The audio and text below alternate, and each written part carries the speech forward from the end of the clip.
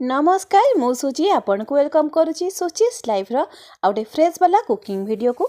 आज आम प्रिपेयर करनबा खिचुड़ी जोटा कि बिना पियाज रसुन रे प्रिपेयर करबा भल दिन मानकरे खाया पई बहुत ही बढ़िया लागिबो। आपन तो उपास बार रे निश्चय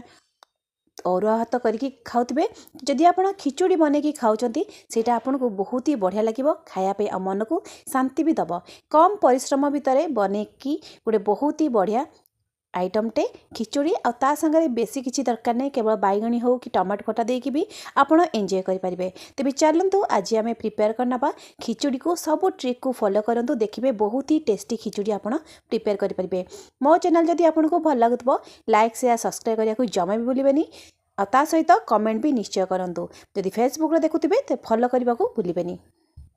तेज चलतु आज आम प्रिपेयर करना सिंपल वे खिचुड़ी आउ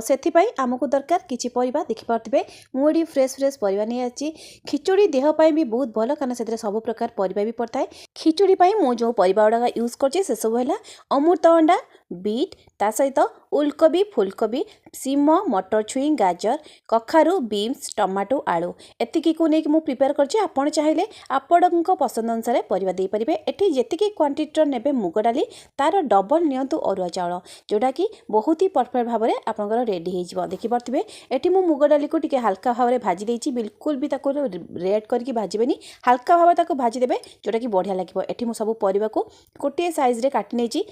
परिबा काटिबा जदि सुंदर भाव में हो पाला रोषेई करिया भी बहुत बढ़िया लगे। सबू परिबा एठी मोर काटिबा कंप्लीट हो तापरे आमे एठी गोटे जगार नहीं नवा पानी गोटे बड़ जगह ही यूज करूँ कारण आम जो खिचुड़ा हाँपाई टिके बड़ जगह दरकार पड़ो से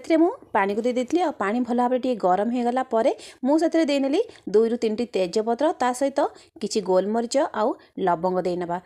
काटिकी रखिथिबा अदा को आपण दे नेबे छेचिकी भी चाहिए दे परिबे नहले काटिकी रखिथिबा अदा को दे नियंतु देखिबे ता टेस्टटा बहुत ही बढ़िया आसीबो। ता सहित खिचुड़ी रे पूरा बास्नाटा आसीबो अदार ताको एठी भल भाव टिके दे देला परे पानी को एठी भल भाव टिके फुटेया पर्यंत रखिबा जेतो हमें तेजपत्र ता सहित अदा देइचंदी पानी को एठी भल भाव टिके फुटे नबा पानी हमर एठी भल भाव फुटी गला परे आमे सेतरे दे नबा मुग डाली को भल भाव में धोईकी 4 ରୁ 5 थर रखिथे जमी तार व्हाइट पाउडरटा भल भाव में गलापर ताको दे नबा एबे पानी रे ताको भल भाव में फुटे नबा देखिपे गैस फ्लेम को एठी हाई रखिबे बिल्कुल भी ताको सिम करिवेनी ए जगह दे नबा क्वांटिटी अनुसार लूण आ हळदी आपण चाहिले हळदी भी पछ दे परिबे किंतु डाली रो टिके कलरटा येलो आजिया पई हळदी दे नेले भल भाव में ता खिचुड़ा कलरटा भी आजिबो। एठी टिके समय ताको ढांकी नबा आमे 5 ରୁ 7 मिनिट पई 5 ରୁ 7 मिनिट भितरे हमर डाली टिके खोली गला भितरे आमे एठी दे नबा काटिकी रखिथिबा अमृतभंडा ता सहित उलकोबी जोटा कि सिझिया पई हमु टिके अधिका टाइम लागिबो सेति पई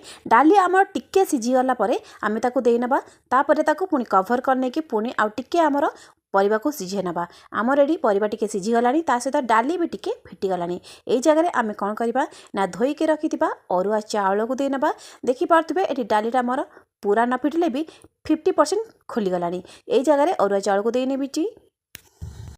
अरुआ चाउल सहित आमे एठी जो रेस्ट परिबा थिला ताको दे नबा मो एठी दे नोची गाजर ता सहित दे नबा एठी आमे बीन्स सीम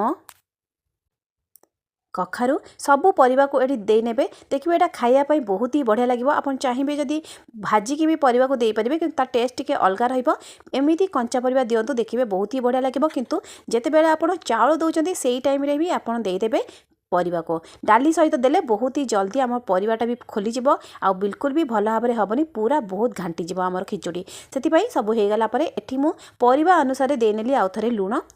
डाली अनुसार तो लूण दे देथिले परिबा अनुसार लूण देकी भल भाव में गोड़े नबा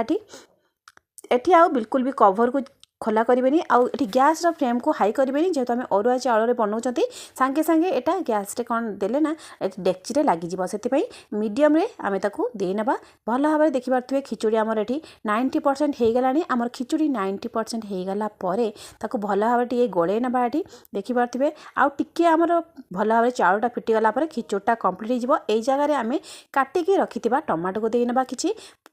ता सहित अल्प किछि टमाटो आमे छुंकिला बाई व्यवहार करवा से भल भाव में टमाटो को काटिकी दे नेली पुणी 5 मिनट खिचुड़ी बसला एबे तार गोटे छुंक रेडी करना मुझे गोटे पैन को गरम करने से रिफाइन ऑयल आपड़ चाहिए घीर भी देपारे घीर भी बहुत ही बढ़िया बास्ना आसो यदि घी खाया पसंद करते तेज रिफाइन ऑयल यूज करूँ ता सहित गोटा जीरा काटिकी रखिथिबा अदा किछि आउ टमाटो अदार क्वांटिटी टिके अधिका करेंगे जोटा खायापी बहुत भल लगे बास्ना भी खिचुड़ी बहुत ही बढ़िया आसो हो गलापर आम तो टमाटो टिके नरम हो जावाई टिके लुण यूज करना और भल भाव में टिके समय ढांकी ना जमी आम टमाटोटा ये टिके सफ्ट हो सहित आम ये सुखिला लंका किसी देना